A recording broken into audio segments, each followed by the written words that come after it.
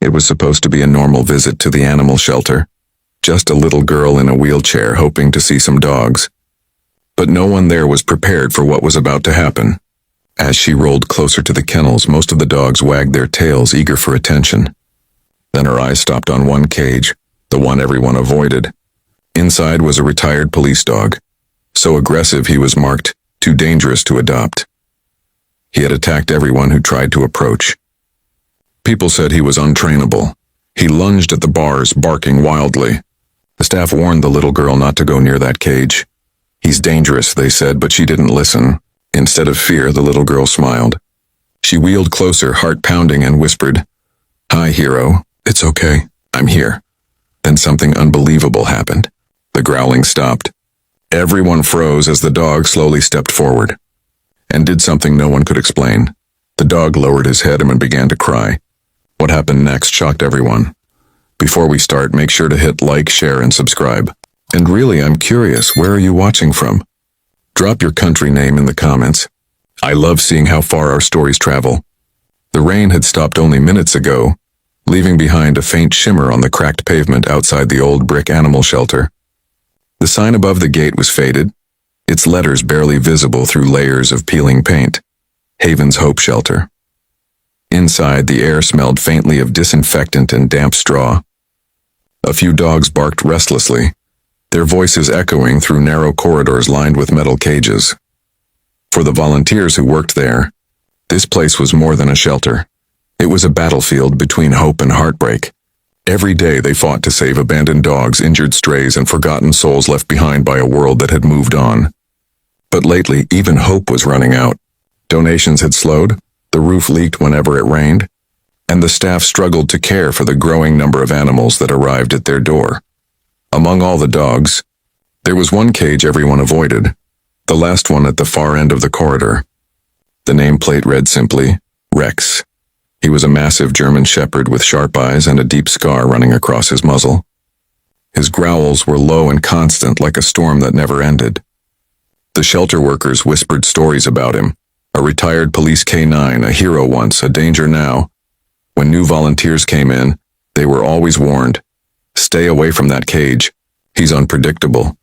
Even feeding him required caution. Meals were slid in through a narrow gap in the bars. No one dared to reach their hand inside. But beneath that fierce exterior there was something else. A haunting sadness. Rex didn't bark all the time. Sometimes late at night, when the lights were out and the shelter quiet, he would sit in the corner of his cage staring at nothing, letting out a soft, mournful whine. The shelter director, a kind woman named Sarah, often paused outside his cage. "You were a hero once," she whispered. "I wish someone could remind you of that." What no one knew then was that someone was on her way. And when she arrived, everything in that shelter and in Rex's broken heart would change forever. 7-year-old Lily Parker lived in a small house at the edge of town, surrounded by fields of tall grass that swayed gently in the wind. From her bedroom window she could see the world. Children riding their bikes, dogs chasing after sticks, and sunlight glittering on the pond nearby. But for Lily, that world felt miles away. 2 years ago, a car accident had changed everything. She had been in the back seat singing along to her favorite song when the tires screeched and the world spun. The next thing she remembered was waking up in a hospital bed, unable to move her legs. The doctors called it a miracle that she survived. But Lily didn't feel like a miracle. She felt trapped in a body that wouldn't let her run again. Her wheelchair became her new companion, always there, always silent. Yet despite her struggles, Lily had something rare, a heart that still believed in kindness. She spent her days painting, reading, and most of all, watching dog videos on her tablet. She loved them. The loyal eyes, the wagging tails, the way they could make broken hearts whole again. Her mother, Emma, noticed how Lily's face lit up every time a dog appeared on screen. "Maybe one day," she said softly, "we'll find you a friend like that." Lily's smile widened. "A dog doesn't care if I can walk or not, right, Mom? They just care if you love them." That sentence stayed with Emma. So one weekend, after months of therapy and restless nights, she decided to take Lily somewhere special. The local animal shelter. Maybe, just maybe, meeting a real dog would bring her daughter the joy she had lost. The morning of the visit, Lily was up early. her excitement bubbling like sunlight. She wore her favorite pink shirt and denim overalls, her blonde hair tied neatly in a ponytail. She clutched a small plush dog in her lap, her lucky charm. As Emma gently wheeled her toward the car, Lily asked in a small, hopeful voice, "Do you think they'll like me, Mom?" Emma smiled, brushing a strand of hair from her daughter's forehead. "Sweetheart," she said softly, "I think they'll love you." Neither of them could have known that the dog waiting for Lily at that shelter wasn't just any dog. He was a broken warrior with a past full of scars, and a heart that had forgotten how to love. Until now. The bell above the shelter door jingled softly as Emma pushed Lily's wheelchair inside. A wave of sound greeted them, barking, panting, the rustle of paws against metal cages. The air smelled faintly of sawdust and soap. Lily's eyes widened as she looked around, her small hands gripping the sides of her chair. "There are so many of them," she whispered, her voice filled with wonder. A young volunteer named Mia stepped forward with a bright smile. "Welcome to Haven's Hope," she said warmly. "You must be Lily." Lily nodded shyly, her blue eyes flicking toward the rows of kennels. "I've never been to a place like this before," she said. Mia crouched to her level. "Every one of these dogs has a story," she said softly. "Some happy, some sad. But they're all waiting for a friend." Emma smiled gratefully, and the two women began walking down the corridor. Lily rolled alongside them, her gaze darting from cage to cage. Some dogs barked playfully. Others wagged their tails at the sight of her. She laughed when a small puppy licked her fingers through the bars. For the first time in a long while, her laughter filled the room like sunlight. But then, the mood shifted.